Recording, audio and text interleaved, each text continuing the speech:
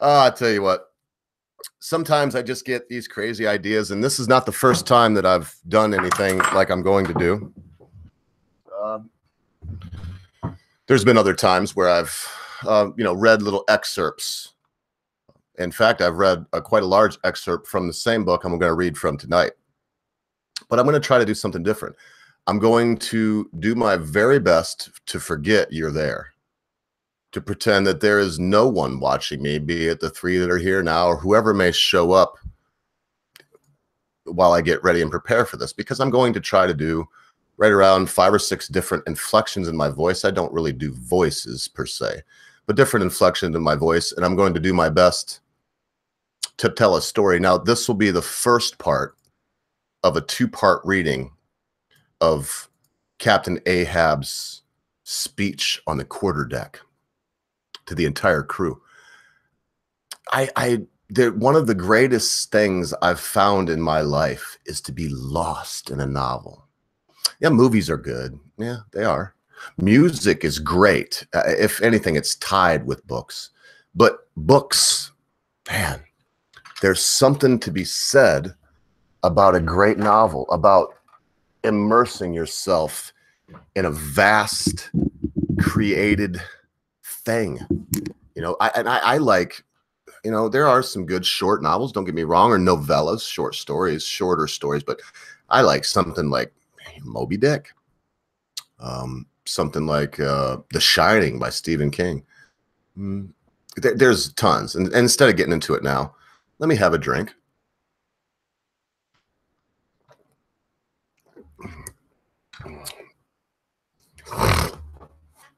And let me say, this is for no one in particular. Enter Ahab, then all. It was not a great while after the affair of the pipe that one morning, shortly after breakfast, Ahab, as was his wont, ascended the cabin gangway to the deck. There, most sea captains usually walk at that hour, as a country gentleman after the same meal takes a few turns in the garden.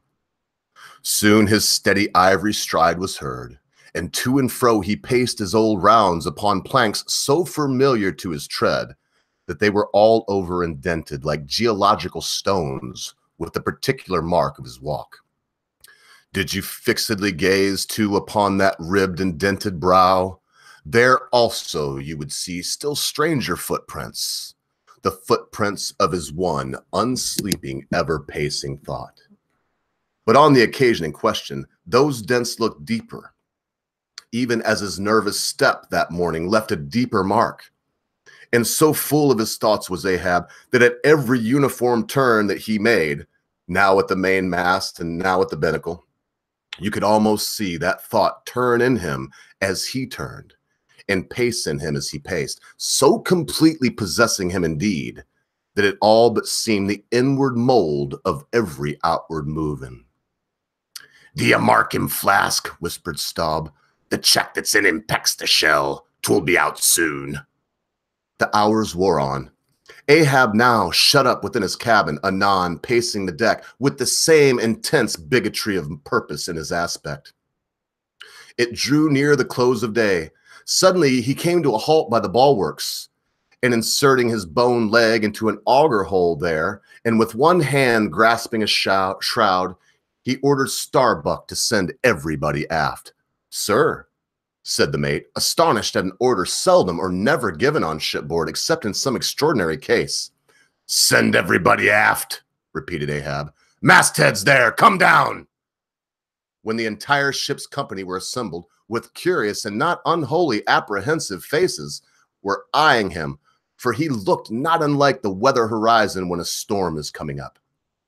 Ahab, after repeatedly glancing over the bulwarks and then darting his eyes among the crew, started from his standpoint, and as though not a soul were nigh him, resumed his heavy turns upon the deck. With bent head and half-slouched hat, he continued to pace, unmindful of the wondering whispering among the men, till Staub cautiously whispered to Flask that Ahab must have summoned them there for the purpose of witnessing a pedestrian feat. But this did not last long. Vehemently pausing, he cried, What do you do when you see a whale, men? Sing out for him, was the impulsive rejoinder from a score of clubbed voices. Good, cried Ahab, with wild approval in his tones, observing the hearty animation into which his unexpected question had so magnetically thrown them. And what do you do next, men? Lower away and after him. And what tune do you pull to, men? A dead whale or a stove boat? More and more strangely and fiercely glad and approving grew the countenance of the old man at every shout, while the mariners began to gaze curiously at each other, as if marveling how it was that they themselves became so excited at such seemingly purposeless questions.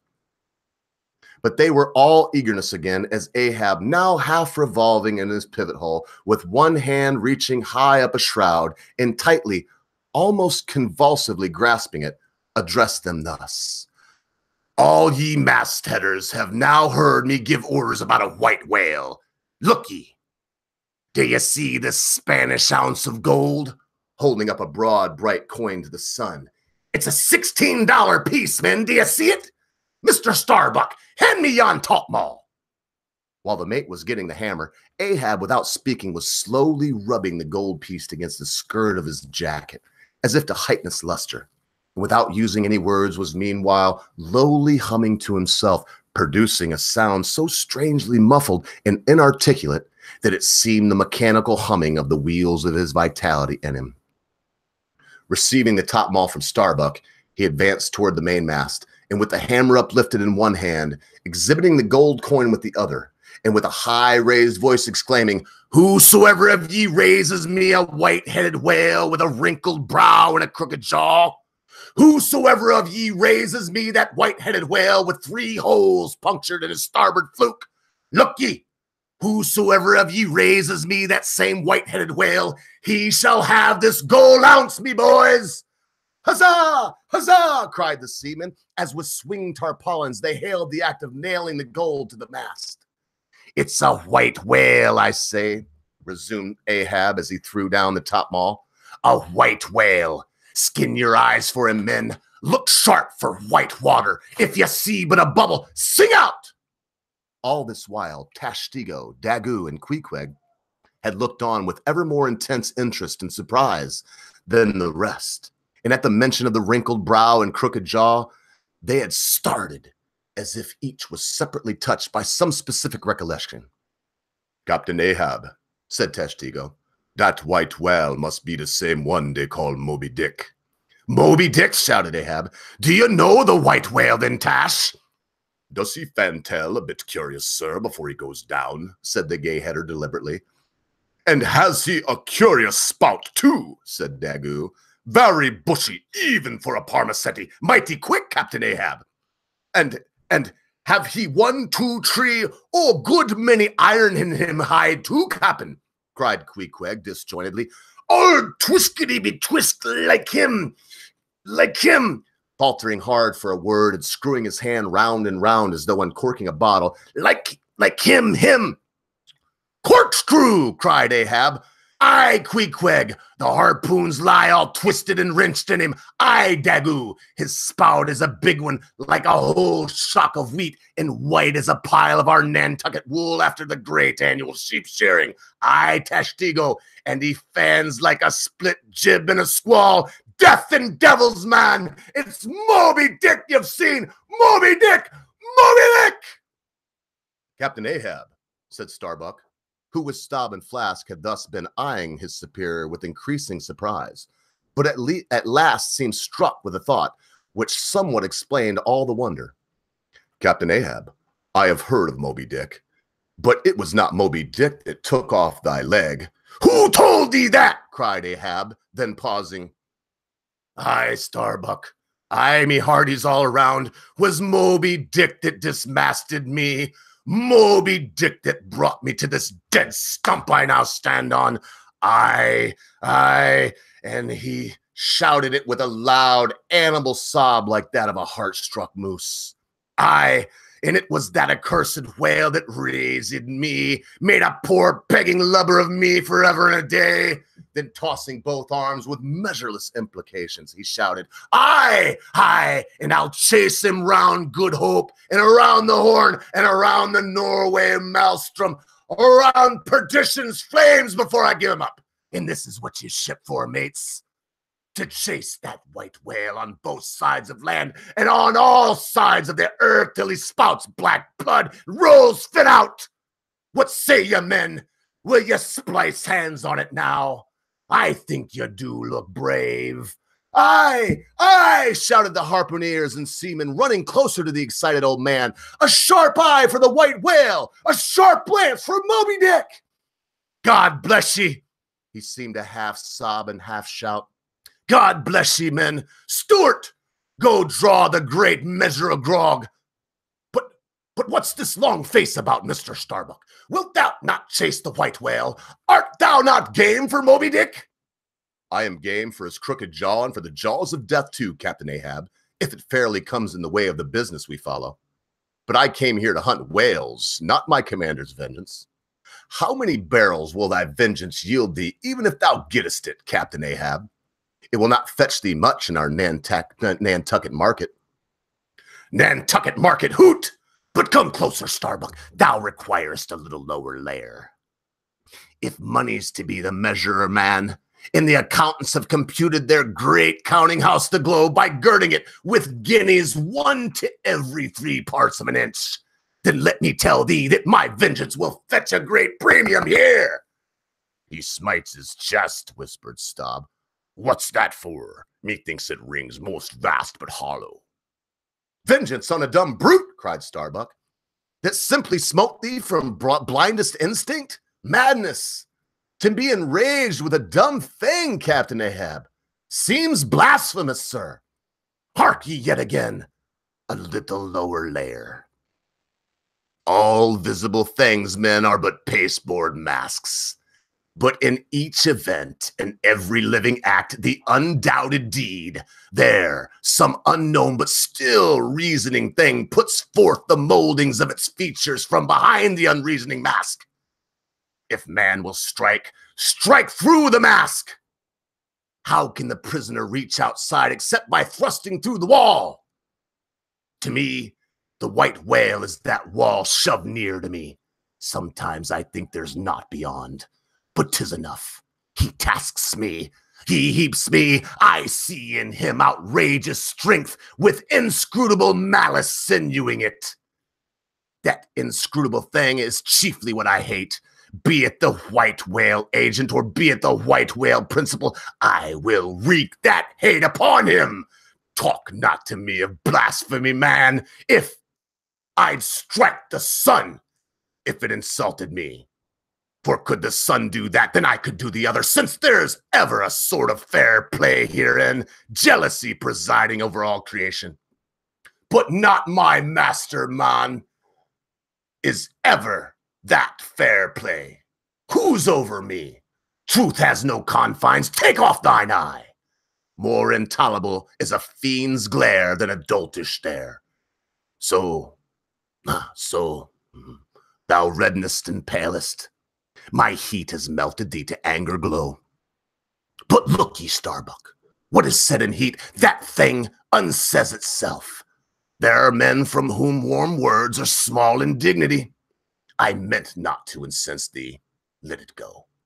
Look, see yonder Turkish cheeks of spotted tarn, living, breathing pictures painted by the sun, the pagan leopards, the unreasoning, unworshipping things that live and seek and give no reason for their torrid life they feel. The crew, man, the crew! Are they not one and all with Ahab in this matter of the whale? See Staub, he laughs! See yonder Chilean, he snorts to think of it. Stand up amidst the general hurricane, thy one-tossed sapling cannot, Starbuck. And what is it? Reckon it. 'Tis but to help strike a fin. No wondrous feat for Starbuck. What is more, from this one poor hunt, in the best lance-out of all Nantucket. Surely he will not hang back when every foremast hand has clutched a whetstone. Aye, constraining seas the I see, the billows lift thee. Speak, but speak. Aye, thy silence then, that voices thee. Something shot from my dilated nostrils. He has inhaled it in his lungs. Starbuck is now mine. Cannot oppose me now without rebellion. God keep me, keep us all, murmured Starbuck lowly. And we will continue the end of this speech. I mean, don't you want to know where Ahab goes with this? What a madman. I threw you right into the middle of something, I know. But what I threw into the middle of are a bunch of men on a ship floating in the middle of the ocean, finding out that the thing they thought they were there for was not what they were there for, and that they were actually at the hands of a wild madman, an insane and crazy madman. And most of them embrace it. In fact, if you read the book, the only one that doesn't embrace it fully is Starbuck. He's the only one that stands up. So I don't know. Hopefully that wasn't too terrible for y'all. I really enjoyed it. I love to throw myself into something and imagine a different world. Not because I dislike this world, but because I do. I mean, don't all of us have dreams and aspirations? I wanted to be an actor. But I was a football player, and acting was for fags, of course. And I wasn't brave enough to say, no, you know what? I can play football and act too. I may not have been that great at it, but I know I would have enjoyed it. I think, I don't buy into the whole, 10 trillion genders thing at all. I have to say, though, that there are such a variety of people, even though there's two genders. There's not even three. There's two genders. Well, I guess you could say hermaphrodite. Well, that's both genders, so that's just like a combination of the two. There's two genders, and then there's an anomaly that happens sometimes. Oh man, I just love that story. I think of the boys there, and I think of Ahab holding up his gold piece and nailing it to the mast. I wonder what I would do, but I don't wonder long, because I'd be the first one going, "Aye, Ahab, yes, the white whale. A dead fish or a stove boat." Isn't that we all cry? I mean, aren't every one of us in some way or another monomaniacal? Am I the only one that feels that way? Don't we all have this certain thing that we hate, that if we could, as Ahab said, if the sun was to disrespect me, I would strike the sun, because if it could do that, I could do the other. He's saying, there's a sort of fair play about everything. If the sun could strike at him, he could strike back. And because he felt like God struck him through the whale, he was going to strike that whale to strike at God. He says, hey, the unreasoning thing puts its features through the, into the mask. And if you want to strike that thing, you have to strike through the mask. Don't we all see that? I mean, when I think of Moby Dick, I think of YouTube and Google. That great cyclopean gibbering madness, as I like to call it. That monomaniacal death machine, that SJW meat grinder that cares not for your ideas. Oh, they talk about tolerance, don't they? Don't they say they're tolerant? Don't they just tell you how tolerant they are of means of destruction? Don't they? They have no tolerance in them. I have room in my heart and in my mind and here on my channel for communists, socialists, Marxists, capitalists, anarcho-capitalists, libertarians, anyone. Because, I mean, look, we just had the Reality's Temple on Earth. We just had Aries We had a white nationalist and a black nationalist. I would not call white supremacist or black supremacist, even though they were both called that to get you to watch the show. And also, I didn't know. I mean, I was kind of going, and when they come on, they both said, no, not a white supremacist, I'm a white nationalist. No, I'm not a black supremacist, I'm a black nationalist. And I respect that. If that's what they want to be called, that's what they'll be called. It's not a gender pronoun thing where I have to think of every single person that comes by. Oh, excuse me, I'm smoking a little weed. I believe it or not, that takes a little out of me, doing the voices, trying to remember not to drift from one voice to the other. I didn't practice that. I've read the book about, man, I don't know. I've read that part of the book at least 50 times, probably more than that. I love that part of the book where it says, enter Ahab and then all. and you really get the idea. I mean, before you see a little bit about Ahab, it says reality outruns apprehension, and Ahab was on his deck. But it's not Ahab that we have to fear, folks. He's not the one. It's the white whale. Who is Ahab in my mind? Well, I don't know. I was looking at Atheism is Unstoppable today and some others. I don't think Ahab is not one. I believe that I am part of Ahab. I believe that Nachi Free is part of Ahab. All of you here in the consortium are part of Ahab. We as the clergy here at church, and you as the compendium, you as the congregation here at church, we are Ahab. We are the ones that go on this futile hunt with our I can't seem to say that tonight, with our monomaniacal idea straight ahead. And what is it? To destroy this thing that would ruin our freedoms, to end this thing that doesn't care about a diversity of ideas or thought, that only cares about diversity of skin color or whatever, or penises or vaginas. I don't personally, I'll tell you the truth, I don't hire people with penises to help me wrap soap as a rule. I have one guy that helps me. He's a 70-year-old retired Army sergeant that was in Vietnam. That's the only kind of guy I found that can stand there and wrap soap for 8-10 hours straight for $10 an hour. Other than that, I hire girls. I hire females. Well, they're nicer to look at, and they listen, they work hard, they can have their radio playing or whatever, but boom, boom, boom, they're wrapping up soap, man. As long as they're wrapping, at least 1 bar a minute. I like a little bit more than that. I like 3 every 2 minutes. Hey, I don't care. And I found that it's better. So look, I'm getting off on a ramble there. I'm going to ramble anyway. Can I have a bong swat, folks? Do you mind? Bollocks is going to swing by. I haven't seen, I've been looking too hard. But yeah, I know. I seen it was 420. That's why I pull up my bong. Me too. Jack, man, look at this. Who's here? Jack Radio, me too. RPR, the Fives, Matt Barkley. Oh my goodness, some of my beloved people are here. Hammered Spud is here. Memes of Destruction, the voice of one, probably at the moment my second favorite YouTuber after Common Sense. I fell in love with the voice of one, and I've been watching all his shit.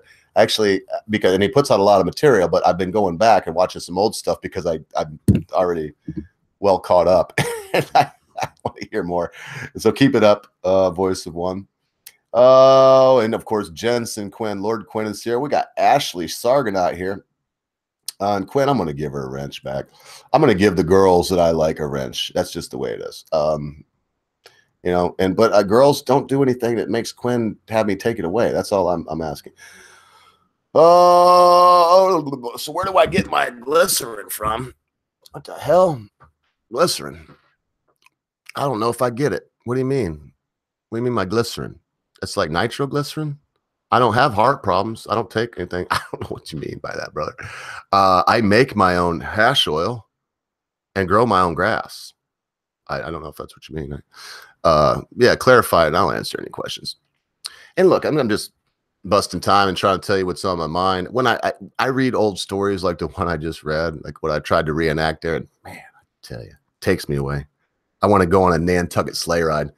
But yes, as Me Too pointed out, it's 420 past.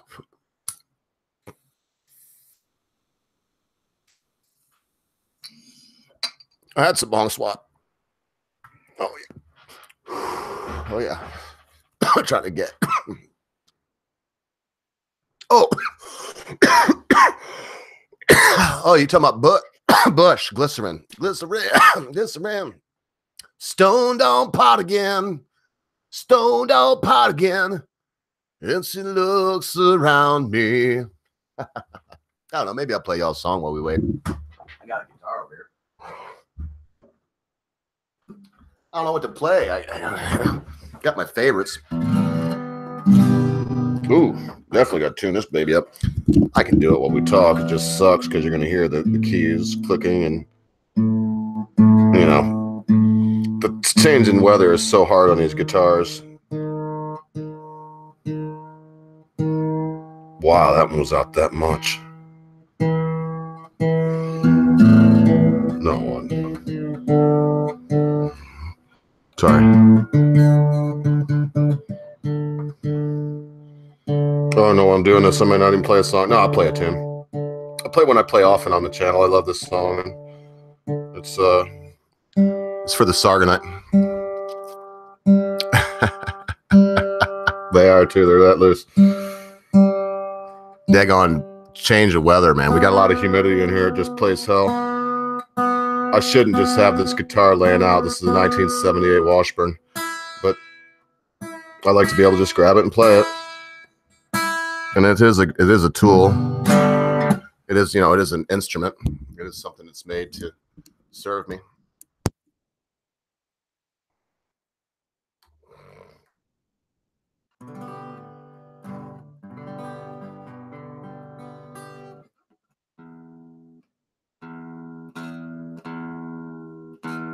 I'm close. Bollocks will be here in a minute.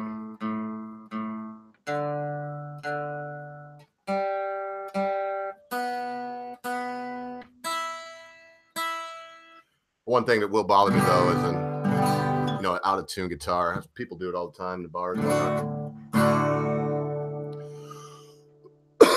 Okay.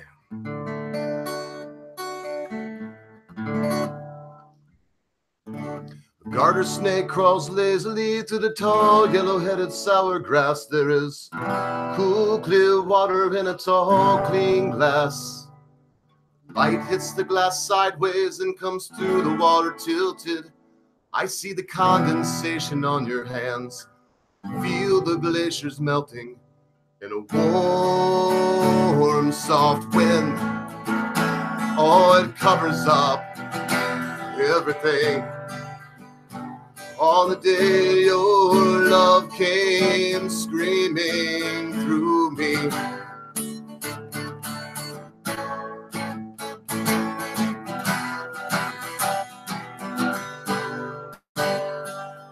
You had oranges and lemons in a canvas bag beside you. 7 different kinds of light welling up inside of you. You smeared citrus pulp all over me. Felt okay. Ha! My sweet home of Louisville's 1,000 miles away. And in a cold rush it hits my mind. Oh, it's coming in from behind. On the day your love came screaming through me.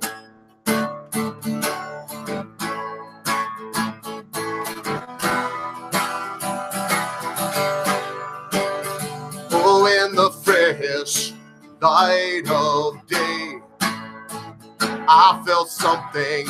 Oh, it slipped away. On the day your love came screaming through me.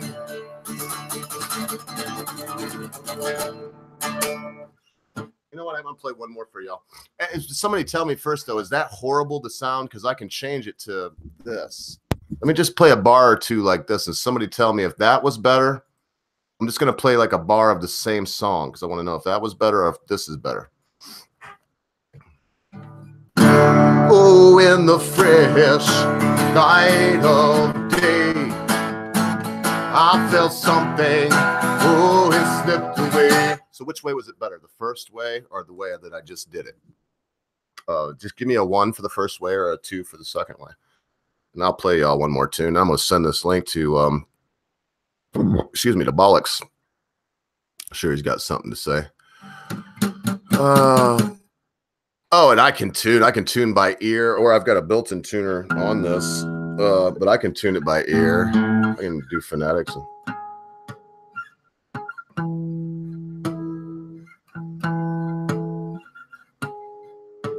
I mean, it's easy. I can tune it. Oh, so I'm getting more that say it was better the second way. I kind of have learned that. So Me Too says the first way, though. I don't know. I'm going to go with second because I've only got 2-1, and I'm going to play this one more tune. Hopefully this will sound good.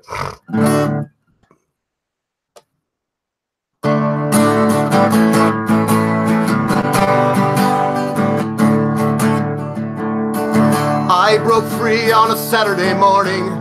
I put the pedal to the floor, headed north on Mills Avenue, and listened to the engine roar. My broken house behind me and a good thing ahead. Girl named Kathy wants a little of my time. 6 cylinders underneath the hood, crashing and kicking. Aha, listen to the engine whine. I'm gonna make it through this year if it kills me. I'm gonna make it through this year if it kills me. Well, da da da da da da da da da da da da da da da da. I played video games in a drunken haze. I was 17 years young. Heard my knuckles punching the machines. Taste the scotch rich on my tongue.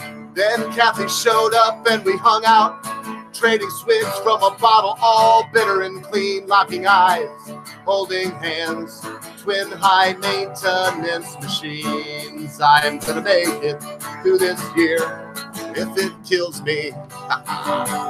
I'm gonna make it through this year if it kills me. Da da da da da da da da da da da da da da da. I drove home in the Michigan dusk. I could feel the alcohol inside of me hum. Picture the look on my stepfather's face, ready for the bad things to come. Downshifted as I pulled into the driveway. Engine screaming out, stuck in second gear. The scene ends badly, as you might imagine. In a cavalcade of anger and fear. There'll be feasting, there'll be dancing in Jerusalem next year. I am gonna make it through this year if it kills me. I'm gonna make it through this year if it kills me.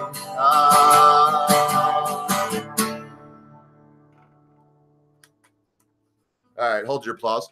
No money, no whatever. You can pay me if you want, but no applause. That's one of my favorite bands. I play a lot of stuff from them. I'll switch this back now so it don't sound all garbled. That is kind of cool. It's called the studio setting. Now I should be back at full volume. Shouldn't have to yell at the mic or anything like that.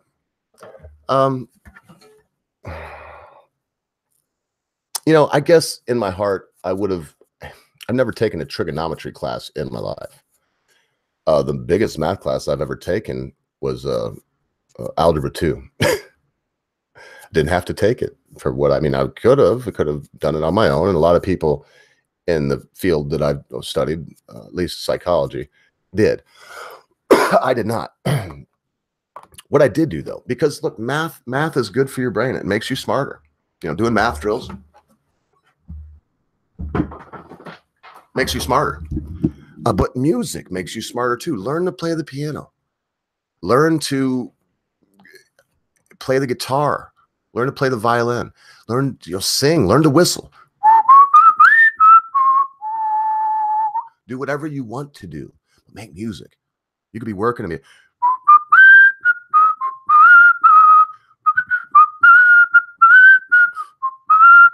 don't matter. Get your groove on sometimes. Dance. Life's too short not to dance. I don't care if you don't do it good. You know, I don't care if you're nervous either. Have a couple drinks, loosen up. You know, chill out, have fun. You know, sometimes I think to myself, you know, what is best in life? You know, Conan, to crush your enemies, see them driven before you, and hear the lamentation of their women. Well, it don't sound bad. I'm just saying, is that best in life? I don't know. I think what's best in life is a good night out with lads, shifting a few pints, playing a bit of darts, maybe a little pool, ping pong, little table tennis, you know, whistling at pretty girls, trying to pick one up, getting shot down, getting picked up, you know, going home with one. You know how it is. Doing that thing. You girls, you get all dolled up, picking the guy you want to hang out with that night, who you want to dance with, you know, who's going to buy you a good drink, who's going to treat you like a lady, you know, not come up with some stupid, you know, hey, baby, you look good on me like a car seat, you know, some stupid bollocks. Oh, that's what life's all about. You know, some people ask me, and I sometimes get prodded because I've been in drama. I didn't ask for it. Now, don't get me wrong. I mean, in the beginning, I did. Yes, I did. Because I was just getting into this, and I'm not used to being anything other than a very, very anonymous person. So in the beginning, I did some shit, and I deserve some flack. Everybody, I believe, deserves redemption, though, also, and I think I've earned that. If I have, appreciate it from any that give it. I really appreciate it. Those that haven't, hey, man, you got to do what you got to do. But I've been asked, why don't you do a, you know, a takedown video of this or that? Now, the Vet Ferrarca, I'm on it. You know, I did one about Base Mama, but not a takedown. Watch it. And I know her. Sometimes I talk about her on this, in this venue here, and I don't say much good about her because in the truth, I really don't like her. But I also don't think that it's not my calling, okay, to go out to do the Mr. Medicure or Tildeer or some other ones. There's a bunch that are out there doing it too. The Voice. I mean, The Voice took and spanked Sargon on his idea. I don't care. I like Sargon too. I know both the guys. Been on streams with both the guys. Talked to him in private, both the guys. I don't like either one of them better than the other. But I'll say that the Voice's video on that thing, he called him like Sargon becoming Sarkeesian. Okay, now look, and that's funny. That's fine. It's good. It's healthy too, because these people, when they get to be big shots, think they're too big for their britches. They can actually take a step back and think to themselves, you know, see that now, you know, hey, this guy over here, The Voice, who's just starting out, he might get, you know, good video might get 50 views. A great video might get a couple hundred. Normal video might get 25 views, you know, but he's still got the balls to come at him, right? I mean, it's kind of funny when you see that. For me, it's not got nothing to do with that. Size matters and all, or what don't matter, but it did nothing to do with that. It's just that it's not my calling. When I first started this, I told myself right away that wasn't my focus. I wasn't here to say anything about what other creators are saying. Lily Dog. And I've stuck with that. I've stuck with it. You know, I didn't even like it. I didn't even want to get into it with Reality's Temple on Earth, because unlike Aries, I don't think Aries has much up. If anything, I don't think he got anything up. Found a guy on Twitter. He got no videos. But, you know, Reality's Temple, he is a creator. I don't know. I guess I'm off on a tangent. Here we go, mateys. Time to go after the white whale. Ha ha. Thought you signed up for a rant, did you? Arr, ha. A sharp lance for Moby Dick. Man, I love that story. You imagine. Can you really imagine that? You just think, and whaling was bad enough because you didn't just have the whales that were going to try to kill you while you're trying to kill them. And imagine, I mean, they're in cedar boats, pulling with oars, not that much, throwing the, you know, they're just mano-y-mano. It wasn't just that. Whalers were a good prize to take for any kind of, you know, if we were in any war or anybody was at war, it was a privateer would take them because oil, spermaceti oil was worth a lot of money. And so, I mean, it was a dangerous job in more ways than one. But then you're out there and you're ready to do your dangerous job and hopefully get paid fairly well for it. And then your captain's like, nah, y'all thought we were going to come out here and make money, but actually I'm fucking crazy. We're going to go after this one particular whale. Hey, bollocks. Hello. I was just filibustering until you got here. I'm not even sure what I was talking about. Funny enough, I just realized I'm not even ready myself properly yet. There we go. Oh, I could say another 10 words or so. Oh, you carry on, Mr. Ogre. I'm the one intruding. Oh no, I'm done. I was done. I was just bullshitting. Yeah, you know, for me, what happened today was we were talking on Discord. I got my saw, took it out to my shed, and sharpened up the blade, a little round file, sharpened the blade up. Got out there and it was snowing, big fat flakes, about 33 degrees, which would be about 1 Celsius when I went out there. By the time I left, it was about -2 Celsius, about, you know, 29, 28 degrees. But the snow was just coming. So I went to a place that I know where it's mostly woods and there's some dead cedars that got to be cut down and put, you know, bucked up. And man, that's the one thing, that's the advantage that I'll always have over you, is that when it's a shitty day or when I just don't bloody feel like doing anything, it doesn't mean I can't just do nothing. I mean, there's really on the farm, there can't be a day goes by where nothing gets done. It's my rule. That's why. But I can go, well, I don't feel like doing shit today. So I'm going to go to this spot of the woods where the snow won't hit me much. I'm going to cut up 3 trees, which I did, which would just levelly fill up the back of my F-150 Ford truck. And that's stacked neatly, not just thrown in there. It'd be about half that much, but about 1.25 cords of wood. And go get a 6-pack of beer and a frozen pizza. Fucking done. I mean, I was done when I was on earlier. I was already done, had a bath, and home. And I'm not laughing at you. It just, I feel bad for, man, I feel bad for you schlubs out there schlepping it, man. Pushing a fucking time clock button. Holy shit, some boss somewhere walking around. I always think, have you seen the movie Office Space, bollocks? Oh, Office Space. Is that the one is that the one that the South Park guys did? It was actually the dude that created King of the Hill. Oh, Beavis and Butt. Yeah. Sorry, I'm getting confused. Yeah, I'm thinking of another one. Yes, I have seen Office Space. That's the one. That's the one where he tries to get fired by acting arrogant and confident, and he ends up getting promoted. Pretty much, and then they hatch a plan to skim off the fractions of cents that the company deals with. So they were going to skim those off, but they accidentally put it to the 10th of a dollar. So every 10 cents they skimmed off, and after a week, it was like, you know, $400,000.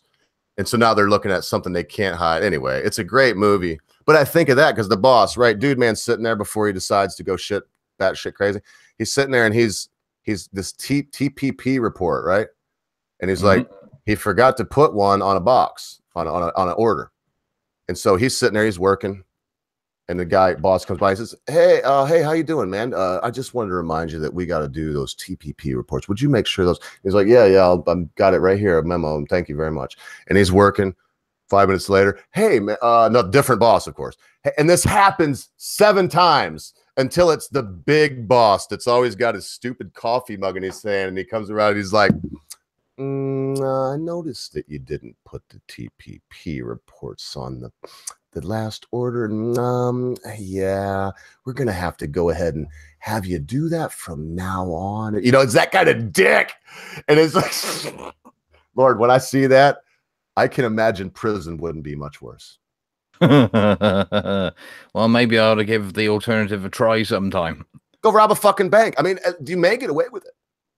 You know, and if you get caught, what the fuck? What is worse than going to work for a cocksucker every day? It's not much.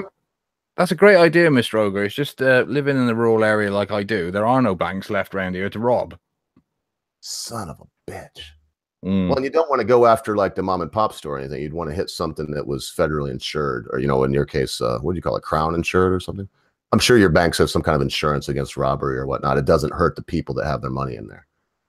Well, it's just that if I want to rob a bank, I've actually got quite a long way to go to actually get to a bank. That's the main problem. Yeah. I get it. By the way, we do not advocate the robbing of any banks or other institutions of any kind. Thank you. Yeah. And if you do, ideally, can we have some of the money, please? 10% we would like, if you get away with it. If you get caught, don't mention us. If you get caught, then we never knew you, and we have no affiliation with you.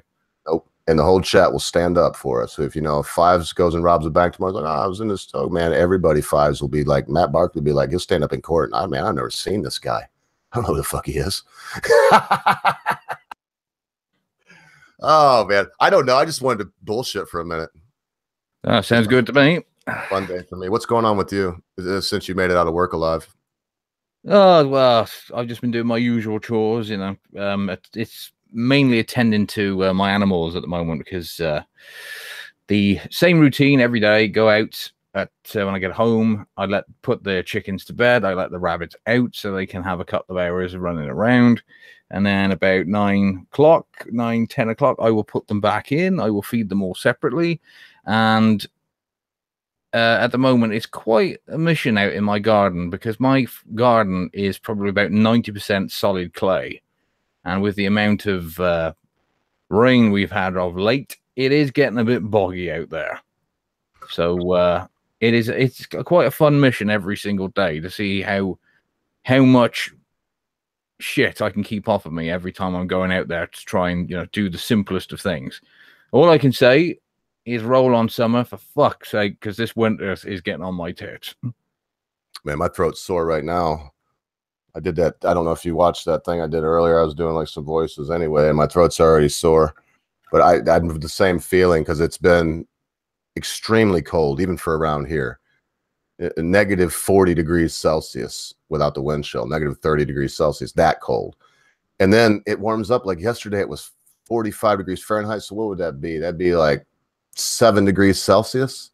I'm trying to get this down in my head. It's tough, but because it's basically 2 degrees Fahrenheit equal 1 degree Celsius. So if you know that 0 on Celsius is freezing and 32 is Fahrenheit is freezing, you can kind of, but I'm not very good at math. If you were good at math, you could work it out easy. But hey, just say it's cold, Mr. Ogre. And if it's like you're getting it at the moment, it's bloody cold. Well, and then the worst part for me isn't the cold. I love the cold. It's when it goes from cold to relatively warm. And I foolishly bought a 2-wheel drive truck so I didn't have as much of a fuel bill because it doesn't snow all the time. It's not frozen all the time. And man, oh Lord have mercy. I'll never buy another 2-wheel drive truck again as long as Yeah, well, if it makes you feel any better, Mr. Ogre, in this country, obviously, we don't get a lot of snow these days. We do still get occasionally. We had some just before Christmas, and we had a little bit after Christmas. Again, you know, typical of this country. But because we don't get it that often, most people's vehicles in this country are not prepared for it. And when the snow does fall, it is actually quite comical watching the average Brit trying to cope with the unpredictable weather. And I do have a backup because I very nearly got caught out a few years ago and would have looked a right tit and been at least a good 20 miles from home if I hadn't have been. There's this wonderful invention, I think someone in Sweden, I think, invented. And it's called, instead of the traditional snow chains for your vehicle, which I'm sure you're aware of, you can now buy snow socks for your vehicle. It's made of a material.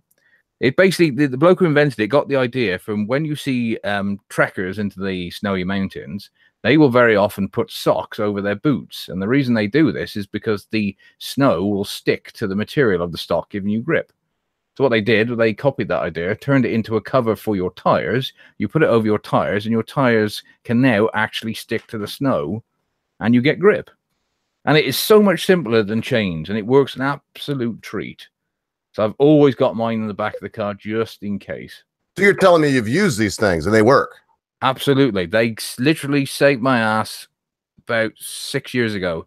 When we had one car, I was picking up Mrs. Bollocks from her place of work. Where she works is right at the bottom of a very, very steep hill. When I was going down the hill, it just started snowing, and it started snowing heavy. She was late, as always. By the time we got out, the snow was starting to stick quite badly. And at the time, I had quite a sporty hatchback. And it was that particular moment I suddenly discovered it was not very good in the snow. But luckily managed to pull over before I, lost control or looked a fool. And I put these things on the drive tires, which is most European cars, the front tires. Got back on the road, and miraculously, it was as if there was no snow. Absolutely brilliant. And the best thing about it, they're much cheaper than snow chains as well.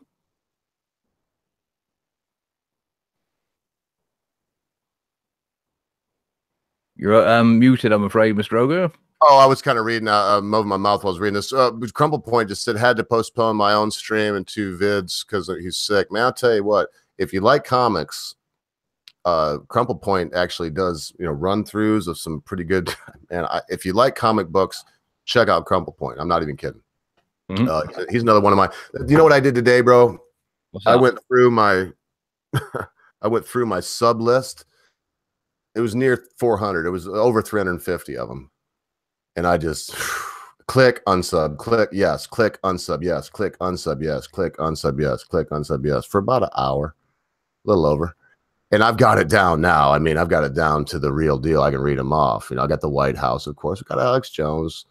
Next News Network, they just made it. But I got, Lionel Nation, Mad Dodge Production, High Impact Flicks, On the Offenses, Comic Sense Guy, Red Ice TV, 40 Ounce. Oh, what do you know? Magic Bollocks, Reality's Temple on Earth, Matt Christian. Now, I could go on, and I'm not going to bore everybody, but I can see now. I just went like twice, and I'm already at the bottom. Oh, so you've actually added George Foreman to your list. Yeah. You better believe it. Cisco's on there. I hit his sub button, and I will stay sub to him because I don't care if I disagree with him. There's 2 things I like about him. One thing, I don't know. The guy's fucking crazy, right? You've got to have at least one communist on your list, haven't you? You look at him, and it's like you look at him, you listen. It's like, this guy's fucking out of his mind. So that's number 1. And number 2, he just unapologetically says whatever. I love his opener. He says, I pray to my ancestors, and does his little thing. And I don't know, man. I just admire somebody that is, because I do it. And maybe that's why I admire him, but I didn't invent it. I'm modeling what I've seen other people do in my life. I just admire people that are themselves and don't give a fuck what anybody thinks. And he does strike me as one of those people. Well, if he's somebody who's consistent with his beliefs, then that's fine. His beliefs might be complete and total crap, but if they generally believe it's the right thing, and they generally believe in their heart that what they believe is the right thing for the good of all people, then fine. You've just got to try to explain to them that their beliefs are total crap. But, if they don't want to believe it and carry on, believing what they believe, fine, carry on. Just as long as you're not trying to, create some kind of Marxist overthrowing of Western civilization. Otherwise, then we might have a problem. Right. And look, I talked a lot, and you've never really done this. If you care to, it'd give me a chance to stretch my legs for a second. Hopefully I'm not echoing. I just got you see, I ain't got my headphones on or nothing. I just got the speakers on. It's nice to be comfortable for once. But what are, where do you stand? What do you, if you had to, if someone forced you at gunpoint, which I'm kind of assuming would be the way of it, and I'm almost doing that now. Somebody forced you at gunpoint to say, I believe this politically and philosophically. I'm not going to go into spiritually, just politically and philosophically. I mean, what would you say to them? What would you tell them? To be honest, I would probably say to them is the gun's not necessary. Although, if you just asked, I would have, said that, okay. I mean, you'll probably need the gun for the blowjob, but if you just want my opinions on, politics and philosophy, we can, not resort to violence. But I would probably say I just personally believe in, the individual. We all are individuals. We all have, individual responsibilities, and we all have individual freedoms, or we should. And I don't believe in any form of collectivism. I don't believe in any form of massive state control and intervention. I just think that people should be left to get on with their lives and do whatever they want, so long as it doesn't really, affect other people in a particularly negative way. Although, saying that, I also believe that offenses taken, never given. And if somebody offends you, tough shit. Yep, that's a great Winston Churchill. So when you say overreaching government, when you touched on that, would you consider a government that said, you can't have access to, I mean, let's just go off the deep end and say you can't have access to methamphetamine or heroin. Would you consider that an overreach of government? It's one of them many things, isn't it, Mr. Ogre? It's easy just to say, oh, absolutely, let people take what they want. And in theory, I have no problem with that because I've never really understood why these drugs are illegal, to be honest, because the government makes so much tax out of alcohol and cigarettes that, especially with weed, like they are obviously now doing in your part of the world.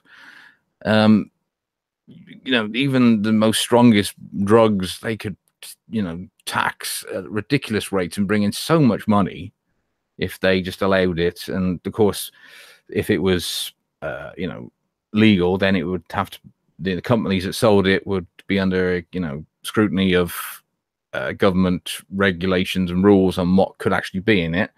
I mean, for example, cocaine couldn't be half mixed with worming tablets or some other shit anymore. So it would actually be safer.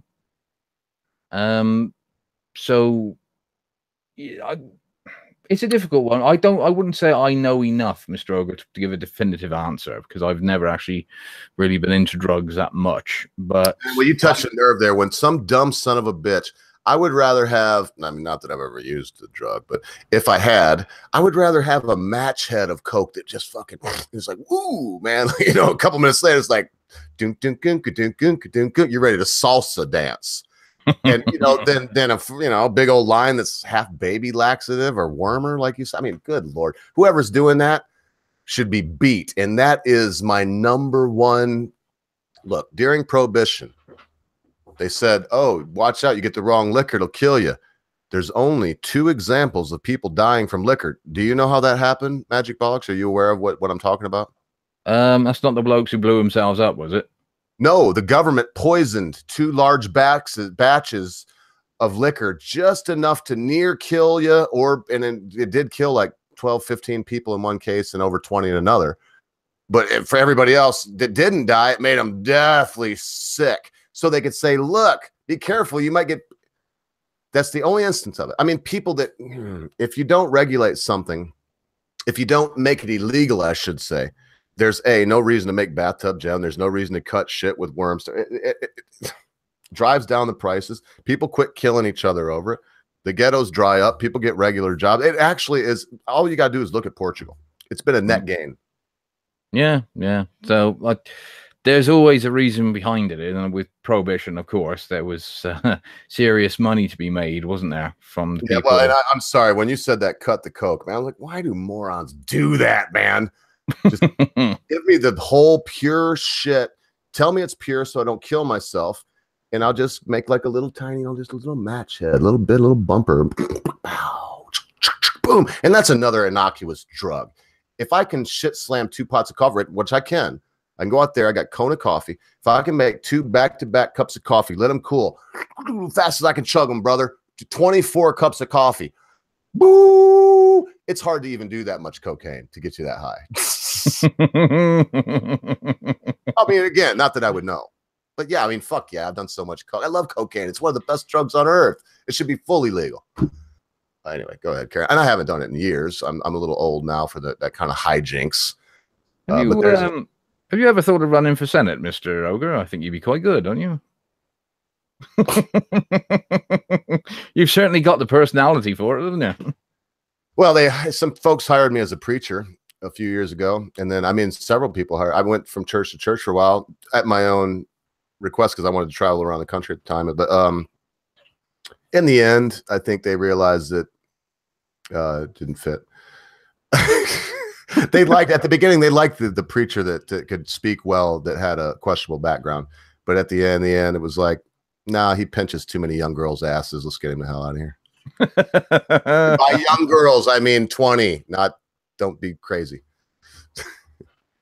It's a very sad state of affairs that you actually have to point that out. Well, I thought all preachers, there's the old saying, as hard as a minister's prick. I mean, that's an actual saying. I mean, I thought all preachers get a little glad handy. I'd be very surprised if most of them don't have at least, a a good reason to abuse their powers a little bit. There is a No, fine line. and in my case, I don't mean abusing powers. If you read a book called The Grapes of Wrath, there's the preacher is telling Tom Joad, he's like, why aren't you preacher anymore? It's because he told him, well, you can call me preacher, but I'm not really preacher anymore. I lost the call. He said, why? He said, well, I used to be able to get an irrigation ditch squirming full of sinners, but you know, I'd go from town to town and I'd meet a young girl in a lot of cases, and I'd start to consoling them and tell them about life, and it always end up I'd be loving them. Well, I think my choice of words was poor. I think, all right, maybe not abusing, but you know what I mean? It's just. Well, and could it be, is it in that case, would someone be abusing power because a young girl may be attracted to because I could be completely wrong too, man. In my mind, I never felt, and I don't want to blow anything out of proportion, make anything think something terrible about me or the church I work for, or any church, except for the Catholic Church. They're a bunch of devil worshippers, but any other church. Well, the thing is that if the recipient is up for it, then fine. I mean, I personally wouldn't go up to just any bird I didn't know and slap her ass and just assume she'd like it. Oh, no. But, you know, if she was into that sort of shit, then, you know, I wouldn't necessarily have a problem. If you don't know some 25-year-old tart wants to fuck you in 15 minutes of talking to him, you're not a man in my book. Sorry. Yeah. And you don't have to come on to him. In fact, coming on to him will ruin it. If you just, you know, you'll know. Just be yourself. You'll know very soon.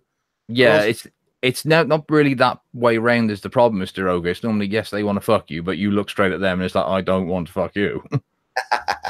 Oh, that was the case for me a lot of the time. And I don't know, man. This feels so strange because I miss being a preacher sometimes. I think that's why I started doing this.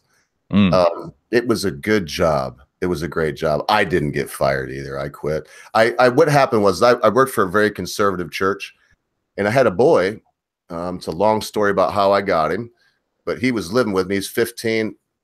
I could tell you story after story. He's in the Air Force now. He works on F-16 fighter pilots. He's the head, can't remember what they call it, munitions. He's the head guy for loading and troubleshooting those planes. He loads the munitions and he troubleshoots anything. So the way he put it to me, I said, tell me what your old man, what you do. He said, well, if they land the plane and say, I push this button, and it could be any number of them, and this doesn't work, I've got to figure out why and fix it. He said there's over 80,000 miles of wire on one of them planes. But anyway, he was living with me. I couldn't imagine how he was not wanted by his family, or how they said the things, because they said he was a troubled kid. He was in military school. For me, and look, I'm hardcore, right? I mean, you got two choices if you're a child and you're with me. Have fun and have a good life and listen to the rules and obey them, or hell awaits you.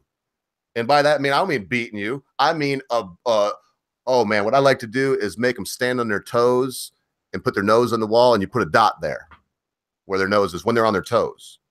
And then you go away and you say, your nose will be on that dot for the next 3 minutes.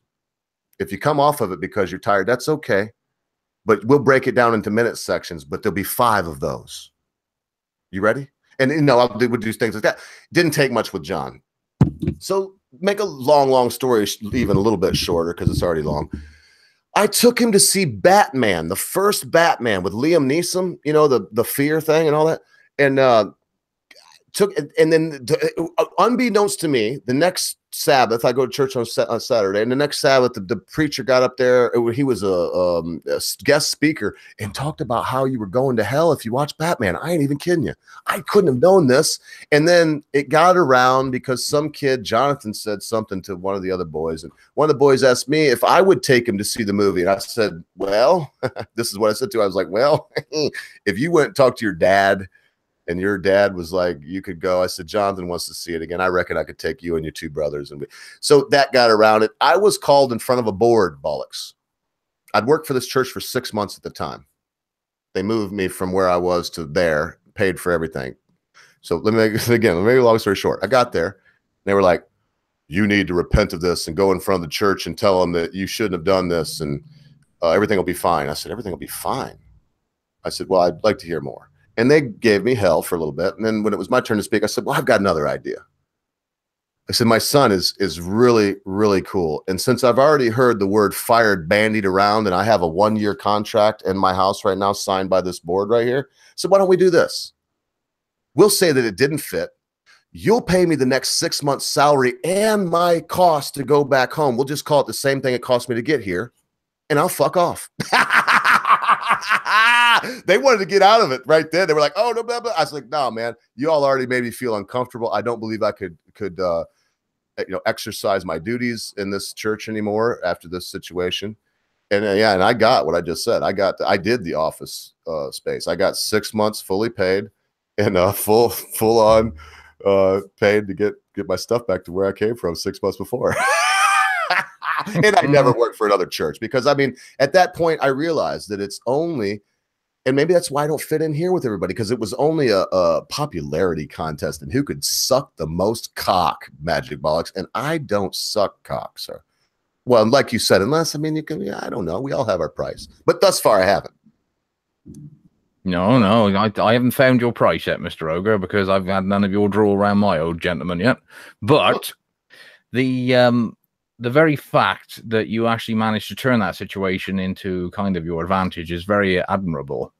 But then again, that's the trouble with organized religion, is that a lot of it tends to go against perfectly normal human nature. And even to say watching a bloody Batman film is sinful, I mean, that's a bit, don't get me wrong. I'm not one of these people who is like a, hardcore atheist, all religion's evil and all that bollocks. You've only got to look at what's happening now that Christianity is the influence it once was in the West, to see that all these people are desperately trying to find a new religion. And for some people, atheism is their new religion. Social justice is another religion. It's just people desperately trying to find somewhere to belong. Now, I'm not saying that Christianity is perfect, because it isn't. Like all organized religions, it's got serious fucking problems. Maybe not so much as the religion of peace, but it's, man, modern Christianity is the best form of organized religion there is right now. Period. I would argue that with anybody. Because my other half considers herself a Christian. She even has on her purse the slogan "God's Army," and I bet she don't cheat on you either, does she? No. Well, and that's the kind of woman I want. I mean, my wife is religious too. I would classify her as religious. Well, I was going to say, if she at least is, she should be charging for it, because that way I wouldn't have a major problem then. At least it's bringing some money in, isn't it? Very often I'll say to her, if she spent too much money this month, it's to the docks with you. But she, the youth club that she volunteers for is ran by a local church, and they effectively get local kids who mostly come from shitty families or backgrounds something to do with their free time. And it's not very often she doesn't bring home a tale of some kid in some fucked up situation that she's currently got or is going through. And it means that there is part of the church that actually wants to help people, that still wants to spend a bit of money improving the lives of those who aren't having the best starts to life. Because that's the point, in a sense, is that if you have a crap start to your life, it pretty much can mean your life is over before it's even started. So I'd like to think that for somebody who doesn't have her own children, she's doing some good. Yeah. I ain't talked to your old lady much, but I like her. I tell you, I was thinking that maybe we could get we could crowdfund getting together with Mad Dodge Production, and I would take his old lady, and you could take mine, and he could have yourn, and we just go out and have a good old time. Now, I have pictures of my wife that I'll send you, and I'd like some of yours. And no, I'm just teasing. No, I know. It's right. You had me. Disgusting.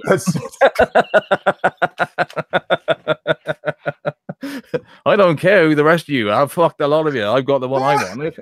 I knew it. I see it. I knew I picked right because I just. Oh dear. Lord have mercy on my soul. Well, that's what life's all about. It's good. I do want to say very quickly that tomorrow,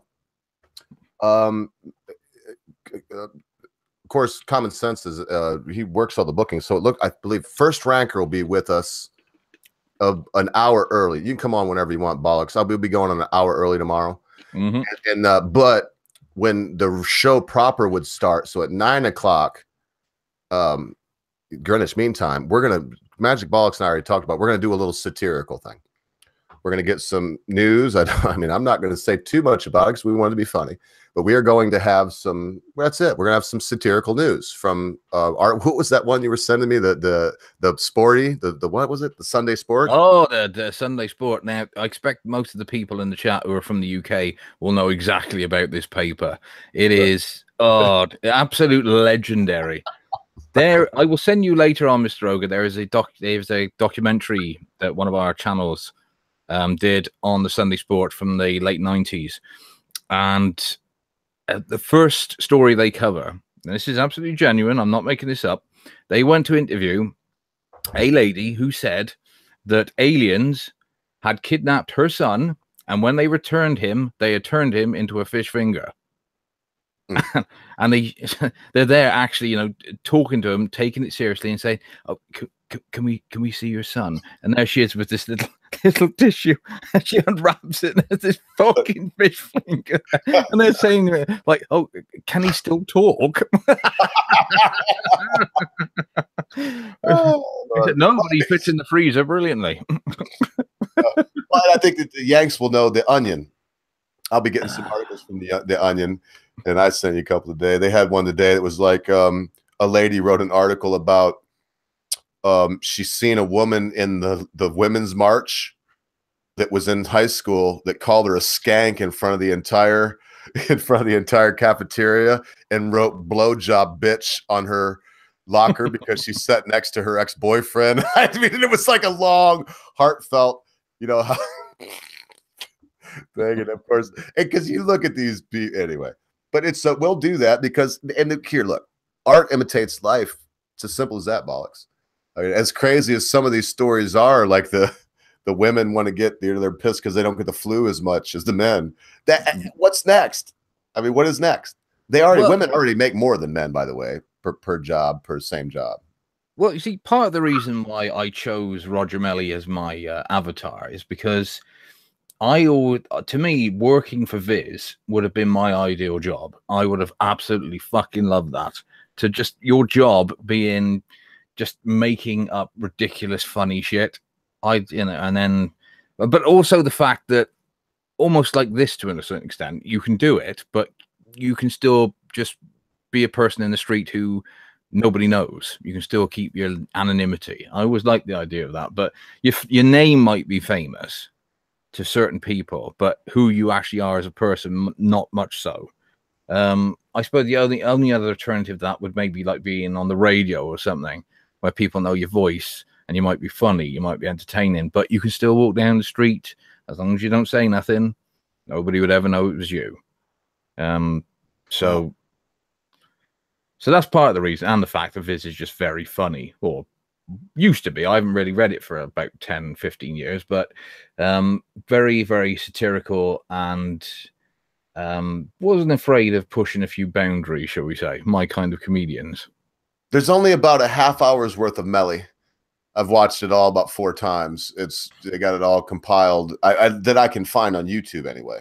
Was there a lot more from him than that? I mean, my favorite one, by the way, is where they dig him the pool. The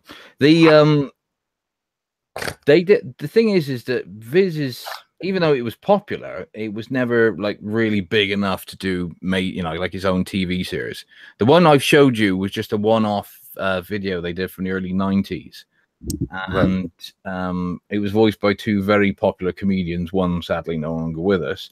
And I know they did some ones later in the noughties with but I haven't watched them. They're probably okay, but there are the other characters as well, like the Fat Slags and what's his name, Sid the Sexist, and Billy the Fish. I don't know if they did Buster Gonad or the Biffa Bacon or any of the others. I'm not sure, but I would have to have a look. But they are very, very entertaining characters. I mean, a lot of the references in it are obviously quite British. So you have to, you know, for us to spot it is quite easy. But well, if as long as it's on the same lines as Melly, I got all the jokes. I'm pretty sure every last one of them. I was rolling on the guts in, man. Yeah, but that's the kind. It sort of sums up the type of humor that I definitely consider mine. I mean, the guy's sitting at the bar, and he just got fired because he's a douche, and he's on a kid's show, and she'll be like, "Look at the puppy's dick," and then he's sitting at the bar, and he's like, "I got an idea for a game show. We'll call it Celebrity Butthole." And what we'll do is we'll have the ass of somebody that's very famous poke through a window, and there'll be 6 cards in there. He's saying this to his producer seriously. He's like, "I know when I pull a question out, and then we all ask it, and if they ask all of them, they get a." What do you say? They get a car. Win a car. If they don't get it right, they got to try to guess whose asshole this is, and then I think they got like a book. Yeah, and he said if they get it right, they win a car. If they don't, they got to poke up the. They get to put right. They get to poke the butt. And then so right then he's like, the producer's like, "Oh my lord, who could ever think of this?" And then a guy comes up, he's like, "Oh, pardon me, sir, I couldn't help it overhearing your conversation." And he's like, "I got 50,000 pounds here." And he's paying him to come and be. Thing, man. Melly, he'd fall into a bowl of shit and come out like a rose, boy. It is. It's the amount of British references is absolutely brilliant. And my personal favorite one is the when he's presenting Blinkety Blank. All of them play on the name of original programs, because there used to be a show in this country called Blankety Blank. So obviously his one's called Blinkety Blank. And he's doing an impression of a comedian long since died called Les Dawson. And he used to present it, and he would always do this mother-in-law joke before the show would start, which is why they say to him, "Don't forget to start off with a joke or two." And of course, he goes on and says, "Hey, my mother-in-law, she's a right fucking bitch." Right, end of the show. That's what it's supposed to mean. Yeah. Right. That's what it's supposed to mean. That's why it's like, what the fuck? That is one of the best. My mother-in-law, me and Mrs. Ogre we just watched that day before yesterday. He says, "My mother-in-law's a right fucking bitch," and then he's just like, he's like, cut. It's messed up because the name of the station is FTV. Yeah, it's actually not what you think it is. The characters in Viz are based in the fictional cow called Folchester, which is supposed to be up near. But if you ever seen the map of Folchester, it's fucking squalid.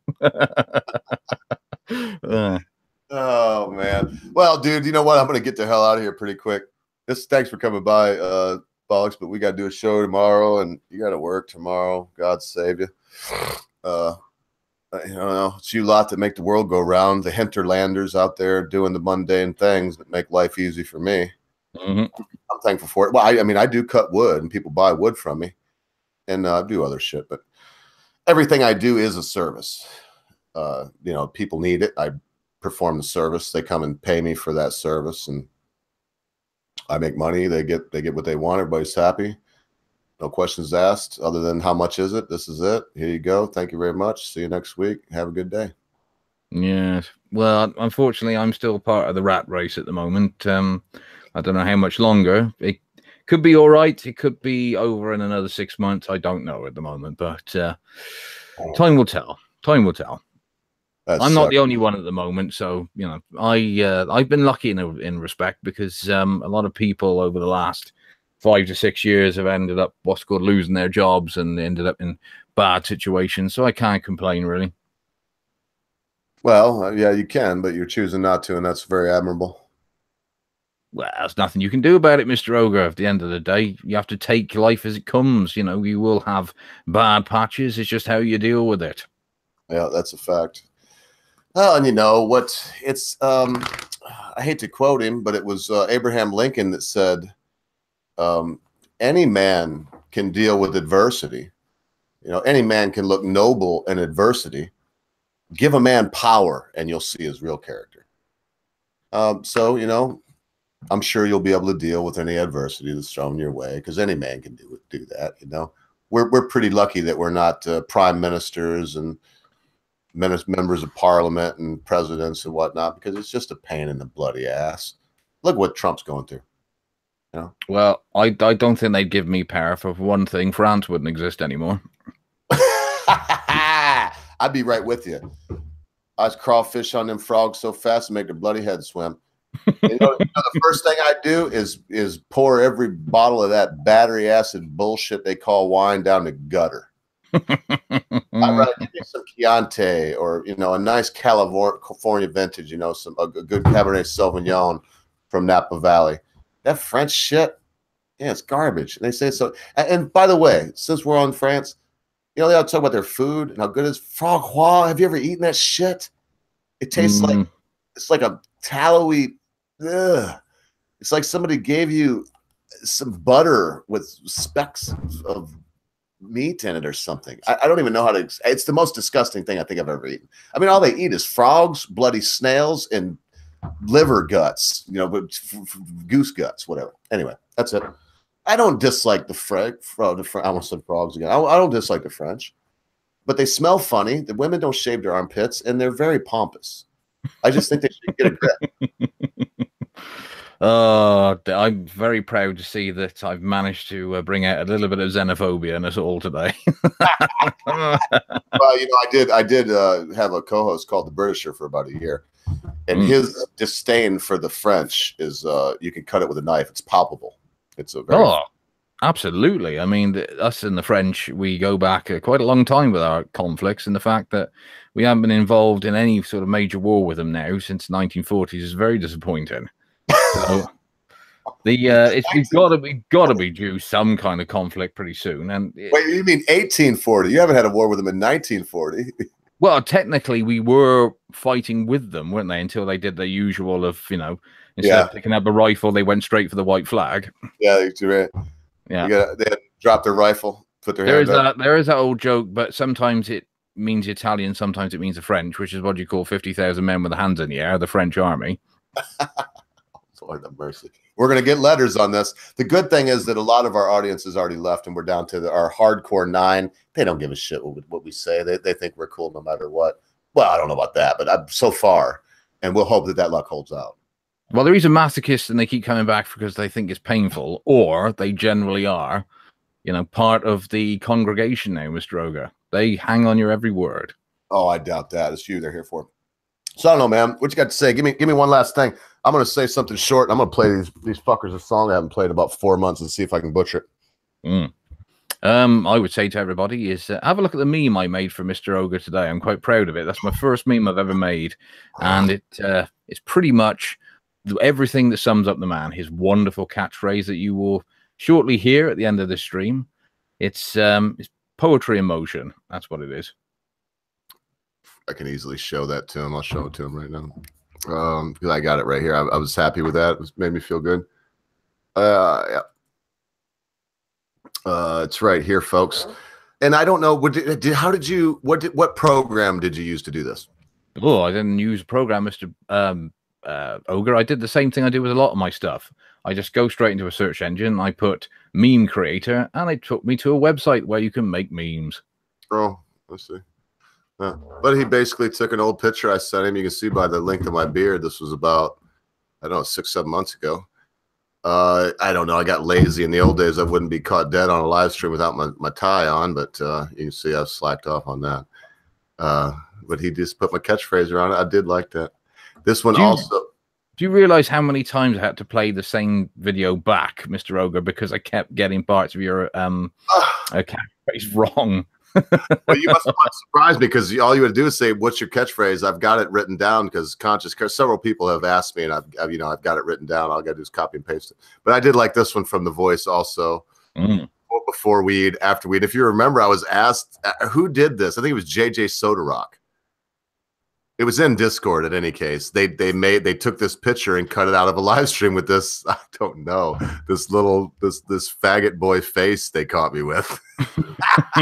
And it says before weed and after weed, and you see me looking like I'm about ready to, I don't know, like I just sucked a lemon or like I'm about ready to kiss somebody's something. Well, I did think of one myself, but even I thought, oh, that's a bit below the belt, which was instead of before. Man, I don't feel, I feel disrespected. No one has superimposed a penis on my face or nuts on my head or nothing like that, man. You go to Count Dankula and they got like cum dripping out of his beard and 4 out of his face and stuff. It's like, what do I do, man? To get I'd have just taken the one that old thing he did of you know, before and after. Instead of weed, I would have replaced it with soy. Yeah, because it did look a little. It's very, very cute, I think, but you might have been a bit cucked in that other one, yeah. Oh dear. Oh yeah, man. So anything that you want to say? I'm gonna play "Going Down" by Freddie King on my acoustic guitar, just to show that I can do it. No, please do. Oh well, but when I do, it's gonna be the last thing. I'm gonna just probably end it after that because I'll be embarrassed. You know, no matter how long I played with bands and since I was a boy, and there's something. I think the reason I love it is because I feel like I'm naked in front of everybody. Don't matter what I'm doing. Not so much the drums, but I've been doing that since I was a little boy. But you know, anytime I'm using vocals, and because man, I mean, I don't sing horribly. I mean, I can hear what I do, but I've also played with.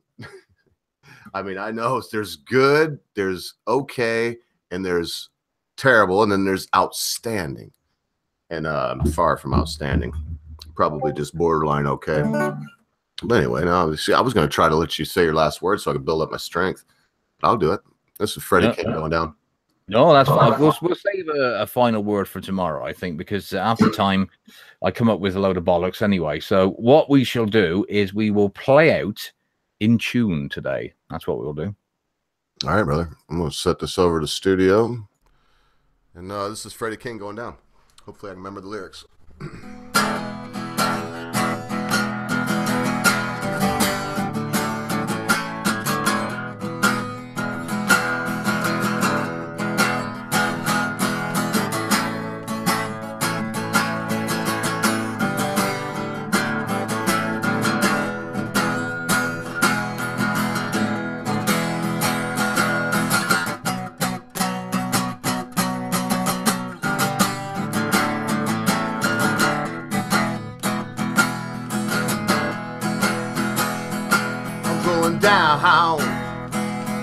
I'm going down, down, down, down, down.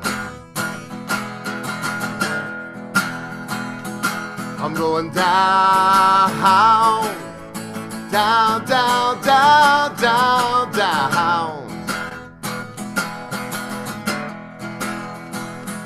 I got my big feet up in the window. I got my head right on the ground. Would take me down and close that boxcar door. Would take me down, close that boxcar door.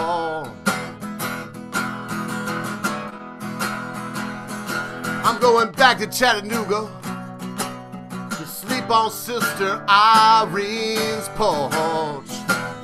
Ha, ha, ha, it's a long ride.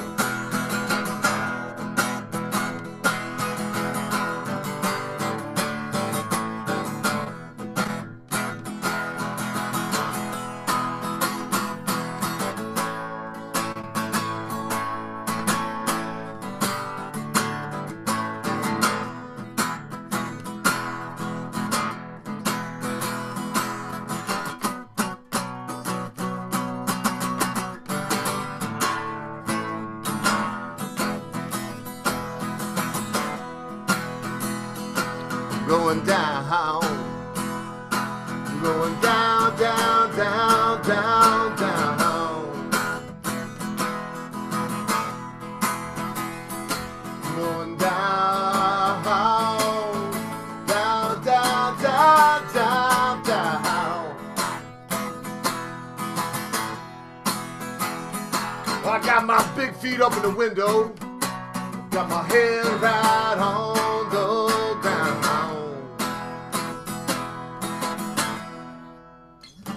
Yeah, you know, I'm in. No. Hang on, Mr. Ogre. Hang on, hang on.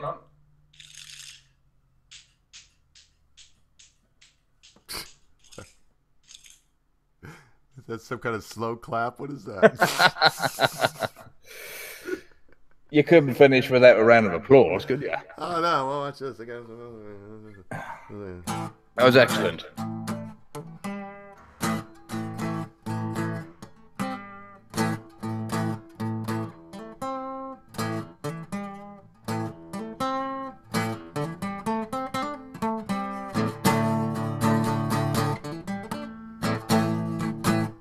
Well, yeah. Next time, maybe tomorrow. I'll play some blues the next time for y'all. I actually know like 50 blues tunes. The problem with blues for a white boy is that it's cultural appropriations. And remember, folks, be good to your friends, be good to your family members, be good to your loved ones. Be quick to say you're sorry. Be even quicker to accept an apology, especially when that thing your friend, your family member, your loved one has done seems to be so huge you'll never be able to forget about it. Because constant viewers, magic bollocks, the time you think not. Your friends, your family members, your loved ones, your life, and your 1979 Washburn guitar will depart from you. Ha ha ha ha!